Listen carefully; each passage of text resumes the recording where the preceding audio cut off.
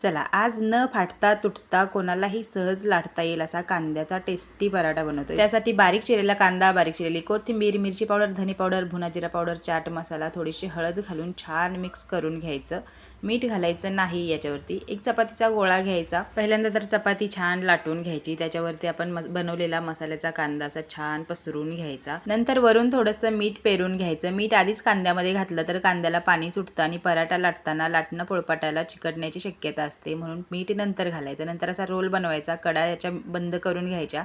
चाकूच्या मदतीने बघू शकता या पद्धतीने चिरून घ्यायचा आणि याची मस्त अशी चुंबळ करून पिठात बुडवून छान पराठा लाटून घ्यायचा। पराठा लाटताना तो थोडासा जाडसरच लाटायचा। नंतर गरम गरम तव्यामध्ये घालून दोन्ही बाजूनी तूप, बटर, लोणी वगैरे लावून छान खरपूस भाजून घ्यायचा।